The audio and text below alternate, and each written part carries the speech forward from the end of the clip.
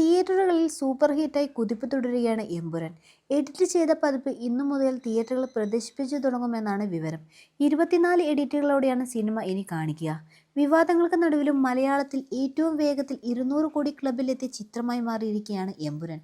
റിലീസിന് എത്തുന്നതിനു മുമ്പേ സിനിമയിലെ കഥാപാത്രങ്ങളെ പരിചയപ്പെടുത്തിക്കൊണ്ടുള്ള പോസ്റ്ററുകൾ അണിയറ പ്രവർത്തകർ പങ്കുവച്ചിരുന്നു.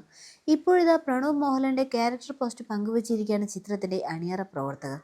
മോഹൻലാൽ അവതരിപ്പിക്കുന്ന സ്റ്റീഫൻ നെടുമ്പള്ളിയുടെ ചെറുപ്പകാലമാണ് പ്രണവ് ചിത്രത്തിൽ അവതരിപ്പിക്കുന്നത്. സ്റ്റീഫനെ കുറിച്ച് ലൂസിഫറിൽ അവതരിപ്പിക്കപ്പെട്ട നിഗൂഢതകളിൽ ഒന്നായിരുന്നു ഏറെ പ്രിയപ്പെട്ടവർക്ക് പോലും 15 വയസ്സ് മുതൽ 41 വയസ്സ് വരെ അയാൾ എവിടെയായിരുന്നു എന്ന് അറിയില്ല എന്നത്.